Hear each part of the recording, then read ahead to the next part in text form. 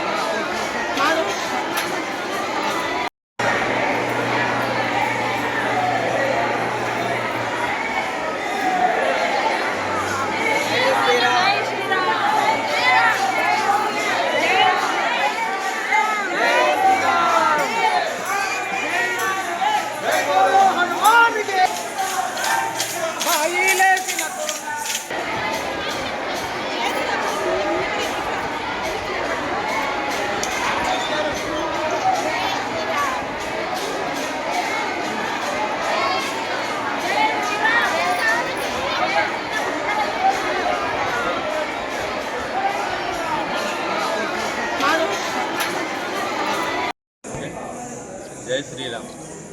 భద్రాచల ఆలయ నిర్మాత శ్రీ కంచర్ల గోపన్న గారు భద్రాద్రి ఆలయ నిర్మాణం చేసిన తర్వాత అనేక ఉత్సవాలను ఏర్పాటు చేయడం జరిగింది. అందులో భద్రగిరి ప్రదర్శన కూడా ఒకటి. కాలక్రమంలో అవి మరుగున పడిపోయిన కొన్ని ఉత్సవాల్లో మాత్రమే ఈ కార్యక్రమాలను నిర్వహించుకోవడం జరుగుతుంది. అటువంటి కార్యక్రమాన్ని తిరిగి ప్రారంభించాలని చెప్పేసి గత సంవత్సరం మే 30వ తారీఖున ఈ కార్యక్రమాన్ని మనం ప్రారంభించడం జరిగింది. ఆనాడు కొద్ది మందితోటి ప్రారంభమైనటువంటి కార్యక్రమం ఈనాడు వందలాది మందితోటి ఈ భద్రగిరి ప్రదర్శన ముందుకెళ్తూ ఉంది. ఈ కార్యక్రమంలో పాల్గొన్నటువంటి భక్తులందరికీ కూడా భద్రాద్రి రాముడి అనుగ్రహం కలగాలని చెప్పి కోరుకుంటున్నాను.